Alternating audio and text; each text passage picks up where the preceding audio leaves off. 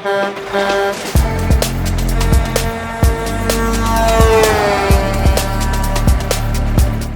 mentioned before we had Shipley Energy. They're a gas fuel hauler here in the Pennsylvania area, and they have forward-facing cameras with a competitor. And that was one of the things they mentioned. A driver was like, "Hey, I got flagged for saying my seatbelt wasn't in," but then he's like, "It was plugged in, and look, I just added a reflector, for example." Obviously the tech needed one extra piece. It's not there yet, unlike it seems like with Netrodyne.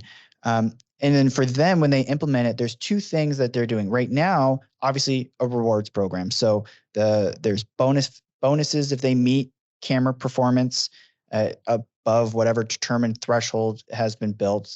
One of the things that you've mentioned as well. But the other piece is whether it's this privacy concern or what they want to implement, which this safety manager has done in other fuel haulers across the U.S., is getting cameras in the office. So when the driver says, "Well, I got a camera on me while I'm at work," okay, yeah, well, we got a camera film in the office in the bullpen. We're with you here too. We're in this together kind of mentality. Has other customers mentioned any kind of programs like that in place? I'm just curious. We have a lot of really interesting programs that our customers have implemented around driver incentives and safety programs and things like that.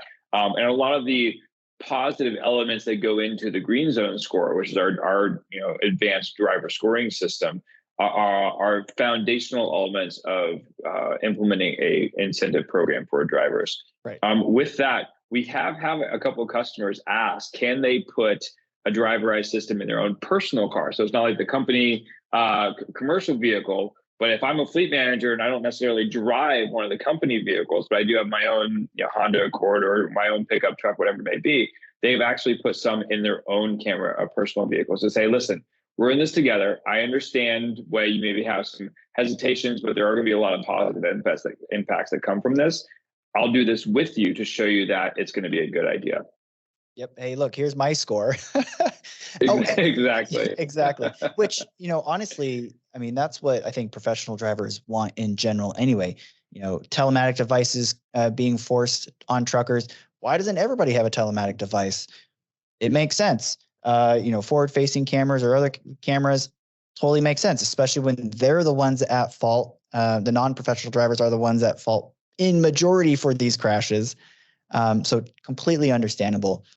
We do have a couple customers that on a monthly basis, when they do their driver awards at the end of each month, they say, hey, we want to recognize our top 3 best drivers. Here's your $1,000 gift card, or you enter your chance to win a trip, or whatever it may be that they've done for their incentive program.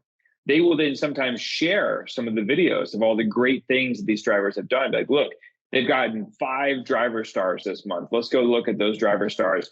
And what they've done is they actually are showing good examples of what to do to other drivers in the fleet in sort of this larger gathering everyone at the end of the month. So we're not usually seeing this viral spread of bad driving behavior within the company. It's just not advantageous. There's no reason for it for them. But we have seen that a lot of the positive, the good drivings are being shared to show sort of good examples to other drivers of what they should be doing.